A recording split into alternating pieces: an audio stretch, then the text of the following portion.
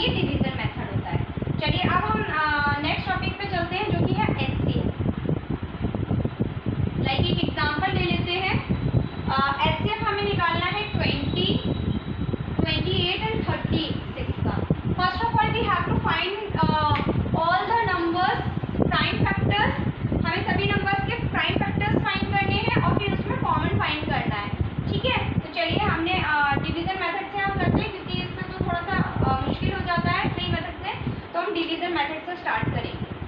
Like 20 2 से चला जाएगा, 2 into 10 is 20, 2 into 5 is 10 and 5 into 1 is 5। 28 का ये भी 2 से चला जाएगा, 2 इंटू 2, 2 4 से 8, 2 7 जा 40, 7 1 जा 7, देन 36। देखिए एचसीएफ क्या होता है, एचसीएफ की फुल फॉर्म होती है हाईएस्ट कॉमन फैक्टर,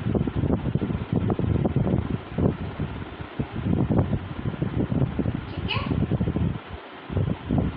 2 इंटू 2 1 जा 2, 1 के लिए 2 8 जा 16, 2 9 जा 18, अभी 3 से जाएगा, 3 3 जा 9 एंड 3 1 जा 3। इस तरीके से हमने इन सभी का अलग अलग प्राइम फैक्टर्स फाइंड कर लिए। अभी हमें क्या करना है, सभी के प्राइम फैक्टर्स हमें एक साथ लिखने हैं।